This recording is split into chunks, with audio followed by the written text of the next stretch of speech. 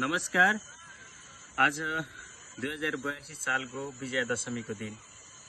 विजयादशमी 2082 को पावन अवसरमा स्वदेश तथा विदेशमा रहनुहुने सम्पूर्ण बुवाआमा दाजुभाइ दिदीबहिनीहरूमा सुख, शान्ति, समृद्धि एवं उत्तरोत्तर प्रगतिको हार्दिक मङ्गलमय शुभकामना व्यक्त गर्न चाहन्छु।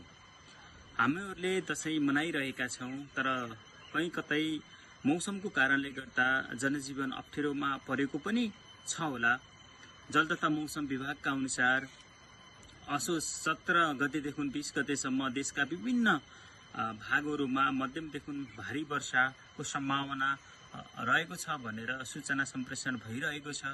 यस्तो अवस्थामा हजुरहरू दशैं मनाउन भनेर रातको समयमा यात्रा नगरिदिनु होला। यात्रा गर्नु परेको खण्डमा पनि सुरक्षा निकायसँग समन्वय गरेर सूचना पर्याप्त मात्रामा सूचना लिएर मात्रै यात्रा गर्नुहोला।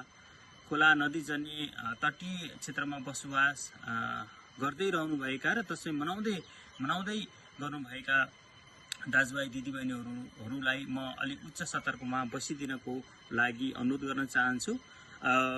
सबैजनाको दशैं राम्रो होस्, सुखद होस्, फलदायी होस्, यही छ मेरो पुनः एकचोटि शुभकामना।